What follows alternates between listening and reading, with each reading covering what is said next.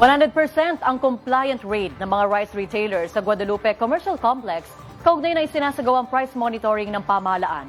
Tiniyak naman ng Agriculture Department at DTI ang patuloy na inspeksyon para maiwasan ang pananamantala sa ipinatupad na price cap. Si Cristal Ramizares nakatuto.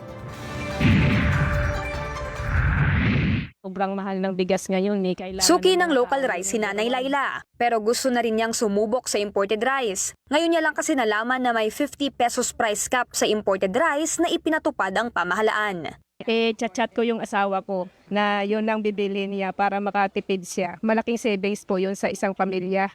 Layon kasi ng price cap na mapagaan ang gastusin ng mga mamimili, kung saan hindi dapat lalagpas sa 50 pesos ang selling price ng imported rice sa mga palengke. Dahil patapos na rin ang 30-day duration nito sa June 13, tuloy-tuloy ang monitoring ng DA at DTI sa mga pamilihan.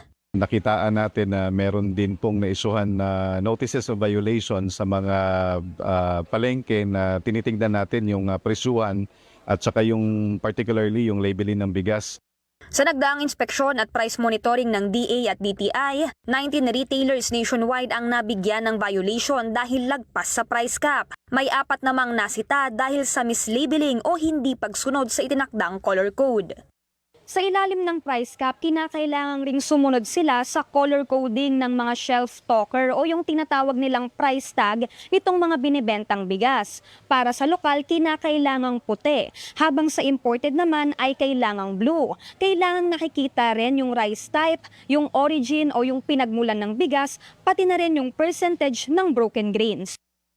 Ayon sa DA, walang naisyuhan ng notice of violation sa Guadalupe Commercial Complex dahil 100% compliant ang lahat ng rice retailer. Matatanda ang inirekomenda na rin ng DA sa National Price Coordinating Council na ma-extend ang price cap for another 30 days para matulungan ang mga magsasaka. Pursigido pa rin ng DA at DTI na magtutuloy-tuloy sila ng everyday monitoring sa lahat ng pamilihan para masigurong walang nananamantala. Cristal Ramizares, IBC News.